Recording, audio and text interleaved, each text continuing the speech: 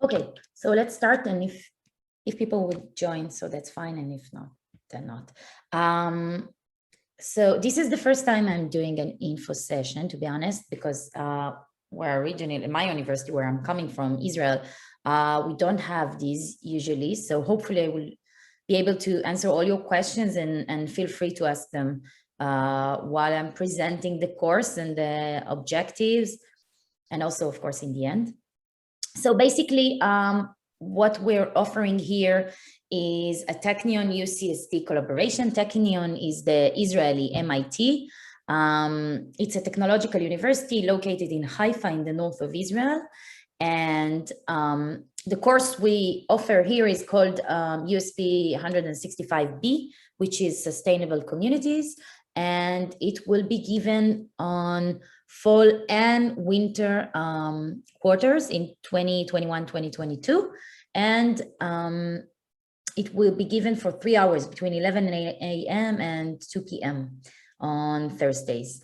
And the reason for that is that we want you to be able to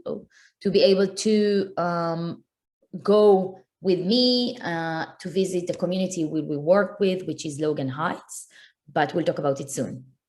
So just a bit about myself. I'm a MGSDII visiting scholar at the USP department at UCSD. I'm a sociologist and urban planner, and I'm dealing with technology and people relations in complex urban environments. And also I'm studying and specialized in methodologies to study the urban environments and, again, people-technology relationships in these varying environments. So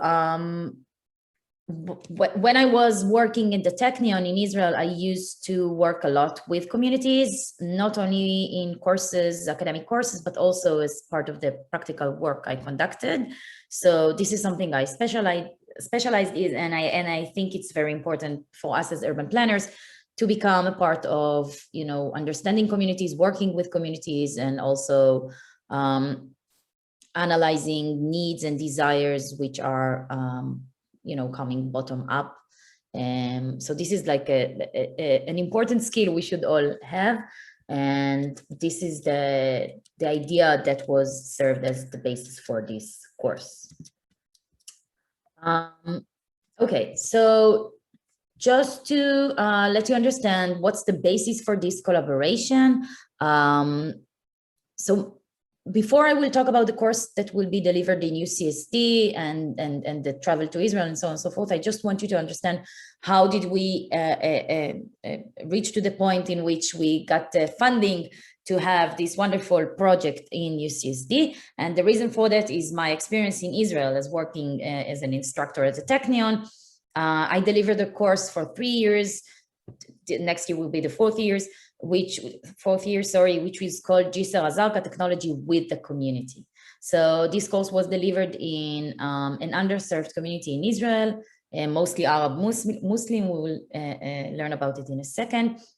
And the idea was to focus on hands-on experience and work carried out by joint teams of interdisciplinary students and residents from Jisr Azalka. And drawing on very technology, the projects aim to network Jisr Azalka and to enable the community and its residents to fulfill their needs, desires, and the economic, human, and touristic potentials of the place as they perceive them, meaning the people, the residents in Jisr Azalka. So the idea was to work with an underserved community, underprivileged community, and together with students to think of projects that are technology driven, which could place and put this community on the map.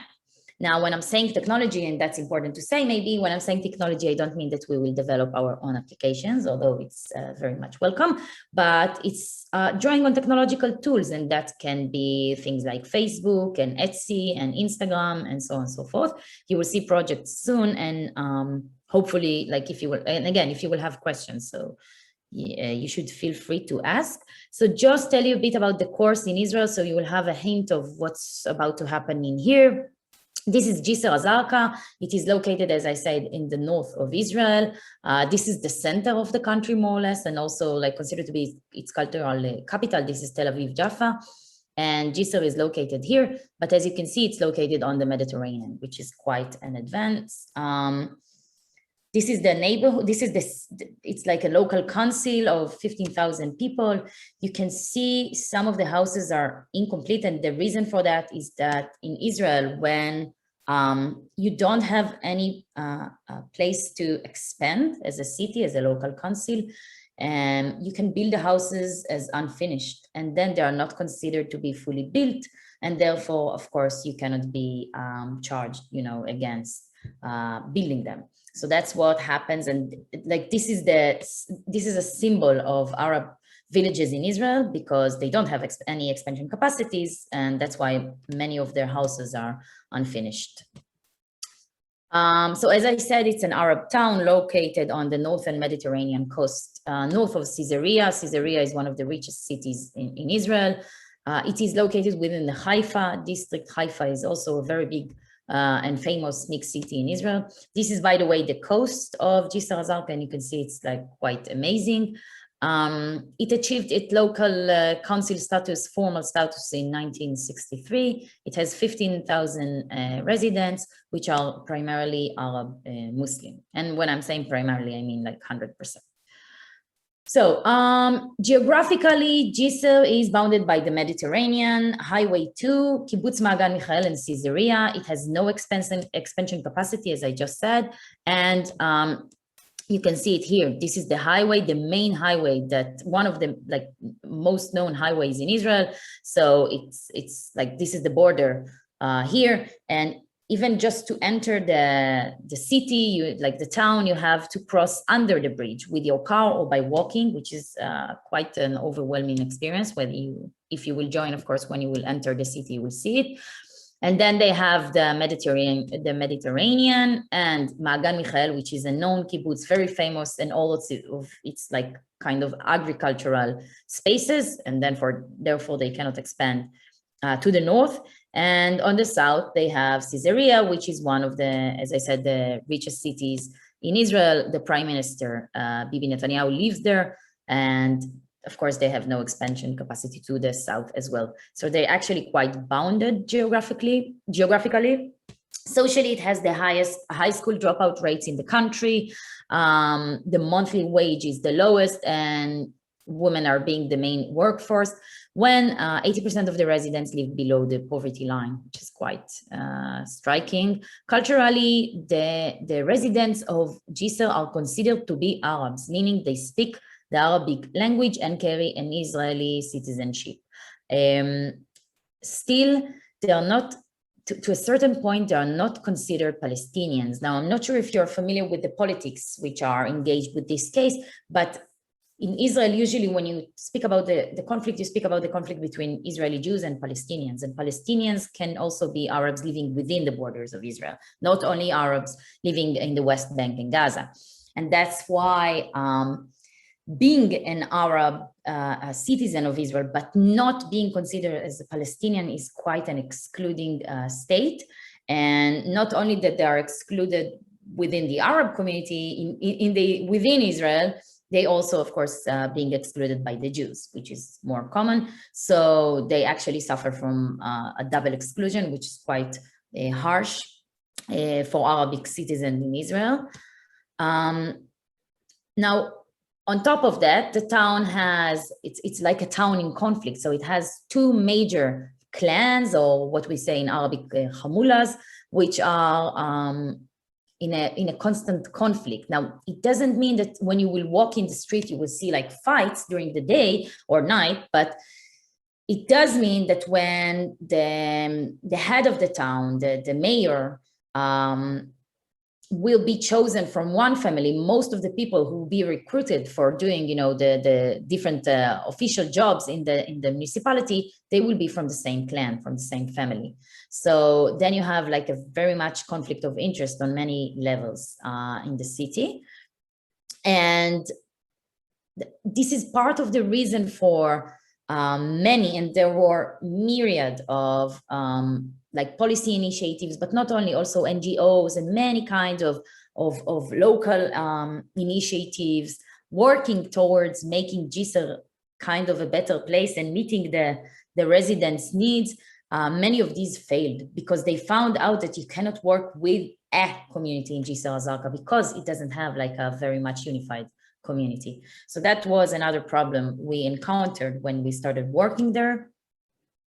However, and despite its marginalization and myriad challenges, it is centrally located and immersed in a country perceived as a startup nation. So it's not that Jisr is located in a third world country, it's located within Israel, in the north of Israel, not very far from one of the biggest high-tech areas in Israel, in Haifa. And as I said, between very much privileged communities to the north and south. And it's the only Arab town or village in Israel which is located on the coast, on the Mediterranean coast. So that's another thing which makes it quite unique. And the objective of the course was to put marginal populations on the map by using technology to advance individuals and their initiatives through that, and through that the whole community. So the idea was to work with individuals who have ideas of what, not only of what needed to be done in the community, but also they have kind of, you know, initiatives in infancy. So we didn't ask from the students to start, you know, from scratch, but to follow the lead that was already given by the residents, and with them to find a way to use technology as the easiest means with which they can overcome cultural, social, and geographical boundaries. So the idea was to work in co-development, co-production, and co-evaluation. And we were asking the students to work with residents in joint action teams, meaning they met the residents they worked with for every 2 weeks, for several hours, working with them, thinking with them, trying to elaborate with them which kind of products will serve themselves and the community as a whole. And together they built the solutions. So it wasn't kinds of outline plans that we might expect or strategic plans, but more of to the point projects that were supposed to put Jisr on the map. Some of them very much succeeded, some of them of course less. It also depends on and this is one of the major questions in this kind of courses, what do you do for the long run? Who is maintaining these projects? But this is something, of course, we also work on. And I want you to see some of these projects. Let's see if we can, let's see if maybe I should just do a new share.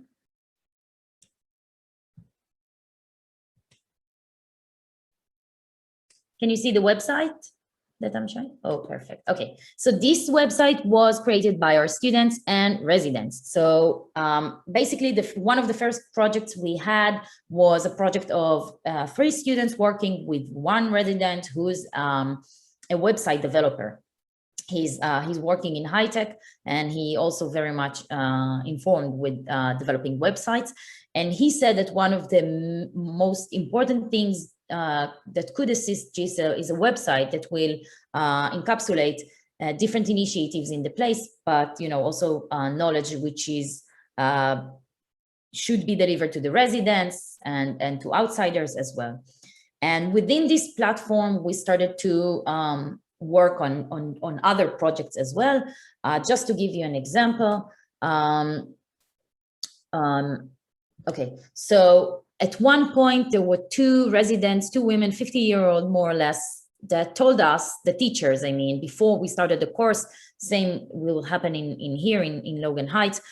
We of course getting engaged with the community, talking to people who are willing to work with our students and be committed to the project. And talking to 2 women, they said that one of the things they are working on is collecting artifacts to tell the narrative of the community. But the thing is that they have nowhere to place the artifacts they collected, and they don't know how to present them and how to present the stories and so on. So we attached these 2 women residents to 3 of our students who actually thought of together on the idea of producing an online museum for the residents and for outsiders. And that's what they did here. So this is a website which was created in 3 languages, Hebrew, Arabic, and English. And you can see here the different artifacts that were photo shooted for this website. And then with the explanation of what were their uses for, during the history of the Jasrawian people, and that's the way they preserved their narratives. So this is just an example for one project that we delivered. Another project which was developed during the COVID-19 pandemic. We learned, it was last year when I was still in Israel, and we wanted to deliver the course, although it was a pandemic, and Jisr Azarka was one of the first places in Israel to be under a lockdown. So the first thing we studied back then in this semester was that the residents have no access to technology, but not because they don't have Wi-Fi or the infrastructure needed for Wi-Fi, but because they're lacking technological capital and the knowledge needed in order to understand, for example, why it would be helpful to know how to use Zoom in a time of a pandemic, or why should they use different applications in order to order food, for example, from the supermarket. So what we did is we had a team with students and residents, and together they tried to figure out what would be the main applications for people to use during the COVID-19, but not only. And what they did is provided them with an explanation of each, you will see it in a second, of each and every application, but not only the explanation of how to use it in Arabic, but also what are the benefits of using this kind of an application. So we wanted people together, we thought that people are not aware to the potentials of these applications. So we first need to explain the potential, and only then to explain how you can use applications in Arabic, of course, which was also very difficult to make, because apparently most of the applications in the world are being downloaded, but also practiced in English. We also had a project of people making, again, when I'm saying people, it's because it's residents and students, making an interactive map of Jisr Azarka, showing people who are arriving the place how they can travel around without having, like a tourist point that they can, again, because the lack of resources, we wanted to use technology in order to make Jisr an attractive place in which people can travel by themselves with a map, an interactive map. So that's another thing the students did, and many more projects like that. I just want to go back to our presentation. So this was the website, and the idea was to work inside and outside, and to attract people from within, from outside Jisr. We also had a wonderful international photo competition with prizes. The course was, maybe I should said it before, the course was received several grants and fundings, which helped us a lot. This is the case in UCSD as well. We received a very generous funding for the course, and which will not only help us to produce products for our, of course, it's not endless funding, but it is an important funding. So it will help us not only to produce the products, but also to travel to Israel. And that's the now coming back to our case. So far, do you have any questions about the course in Jisr or anything like? No, but just want to say that I have an office hour on 4:30, so I might need to just go. No worries. So I'll just go briefly on our case, and if you need to go in the middle, of course, do that, and you can write me an email or text or whatever is needed. Okay. So going back to UCSD, our case will be Logan Heights. I'm sure you know Logan Heights, the neighborhood, maybe some of the stories and the narratives.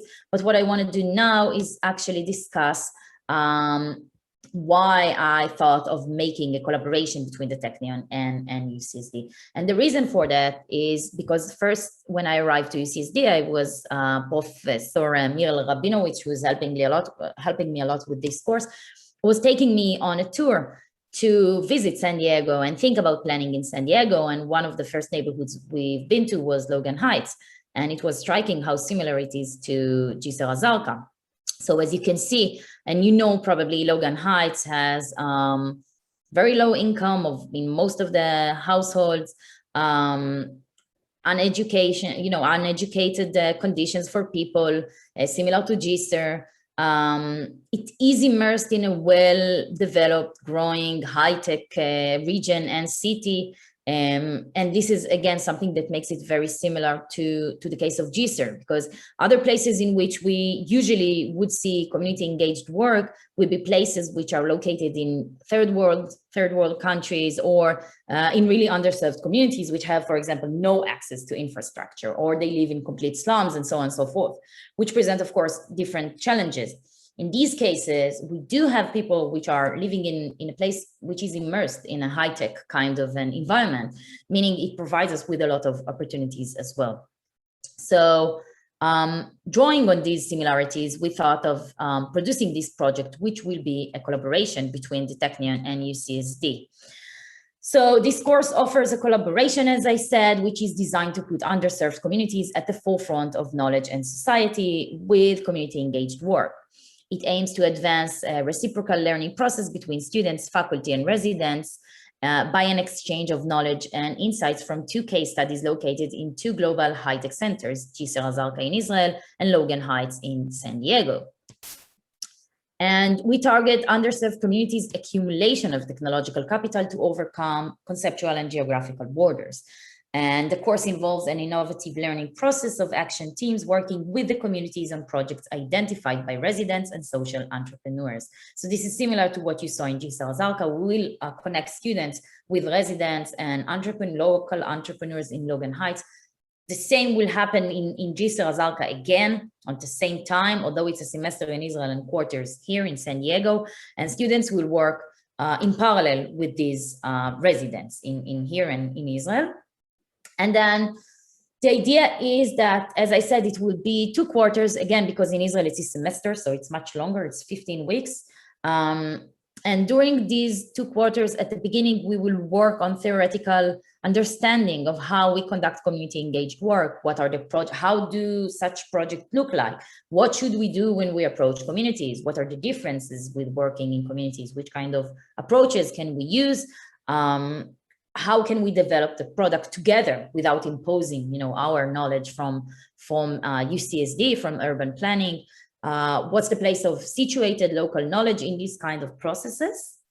We learn about different approaches coming from computer sciences and urban planning to community engaged work and what we call service learning. And eventually in December, between the 11th and the 21st, we want students to travel to Israel, and we want them to engage, of course, with the Israeli students and with the faculty there. We will go to Jisr al-Zarqa, see the differences and the resemblances between Jisr and Logan Heights. We will meet the residents. The Israeli students will present their projects, in the case of the American students. And we will also, of course, have the chance to visit Israel more broadly, to go to Tel Aviv, to Jerusalem, and to Haifa, and to be, highly engaged with urban planning in Israel, but not only. Now, the thing is, and this is one of the most important things that we should be aware of, is that due to the COVID-19 pandemic, everything is unstable. So we are doing any efforts possible to make this trip happening. We're working with the risk management department of UCSD. We're working with the Technion. We're having designing contracts. So we do everything that we can to make it happen. It is important, you will know, the travel is funded, of course, to its full. Besides $250, we will ask from each and every student just kind of a commitment, and these will be taken to Israel as a spending money. So for the days you will have, for example, free time, you will use your $250 to eat or to, of course, upon my recommendations. And and then everything will be taken care of to the point of we will travel together, we will go back together, we will, of course, organize the hotel or the dorms at the Technion or whatever needed for you. We'll take care of the trips, of the learning, of every aspect of that. Again, as long as everything will be happening as scheduled. You will have to commit to 2 quarters course, which means fall and winter. you will have to commit to provide the $250 unless you cannot, and that's fine. And then on our application, there's cases which are, for people who cannot participate. That's also okay. We will, of course, consider that. You do need to apply. You do need to write a short essay in order to be selected for the course. And it's quite a limited course of 15 students. The reason is because work with 30 students and a community would be impossible, and also because we don't have endless funding for the project, for the products, but also for the going to Israel. So that's something you should also consider. I think that's it. Yes, that's the main things I wanted to say. Maybe you want to say something or ask.